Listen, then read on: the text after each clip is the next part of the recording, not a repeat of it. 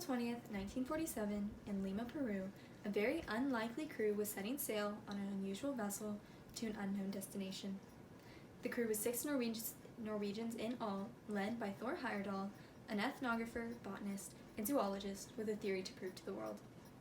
His theory was that the ancient South Americans were capable of sailing from their west coast across the Pacific Ocean to the South Pacific Islands on nothing but wooden rafts, thus explaining the origin of the islanders' ancestry, which at this point in time was assumed to have come from Asia, but was overall a mystery.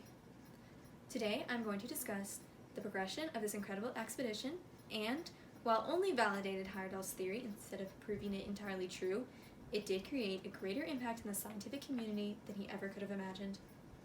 Now that I've introduced the expedition from a bird's eye view, let's take a look at the conception of Heyerdahl's theory.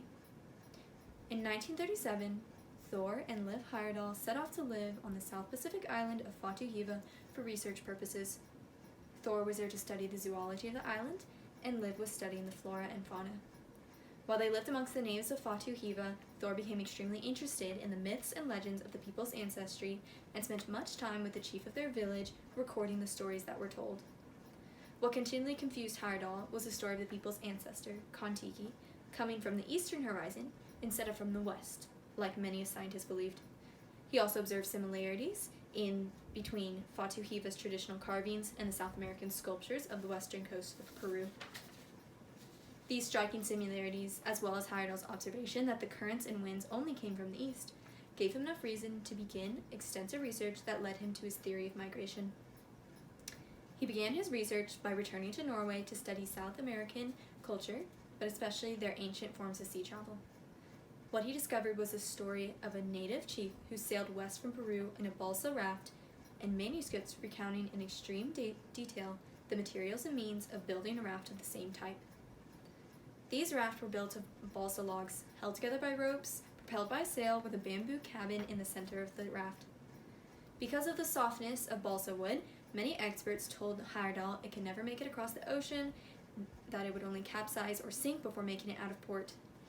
This criticism only pushed Heyerdahl further into his research, where he discovered that, though the cut and treated balsa wood that came from a sawmill should never be used for a boat and would fill up with water very quickly, if a balsa tree was cut and used without chemical treatment, it had 2 invaluable assets, its bark and its sap.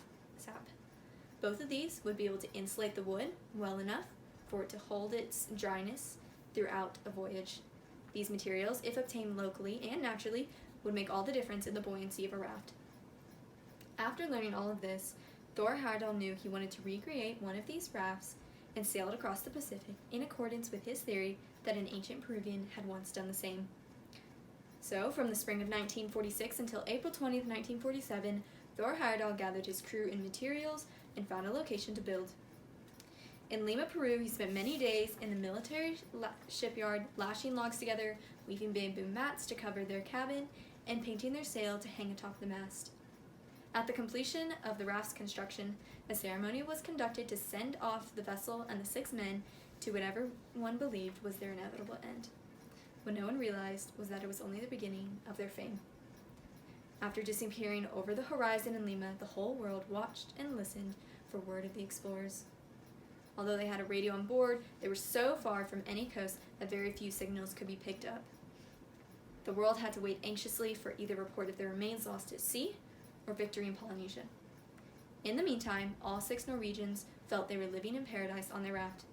They studied the marine life around them, experimented with the different ways of cooking the fish that they found on their deck each morning, observed many new types of fish and marine life that had never been before observed this close in contact, and basked in silence that came with drifting across the Pacific on a current that few men had ever sailed on.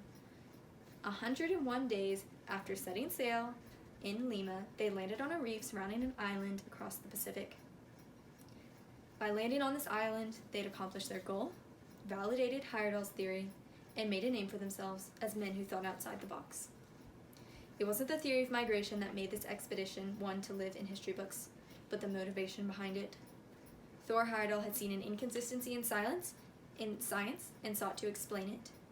By backing his beliefs as far as risking his life through his experiments, He inspired the next generation of scientists to not only seek out new ideas and knowledge, but to find what they believe and fully commit to it. Thank you.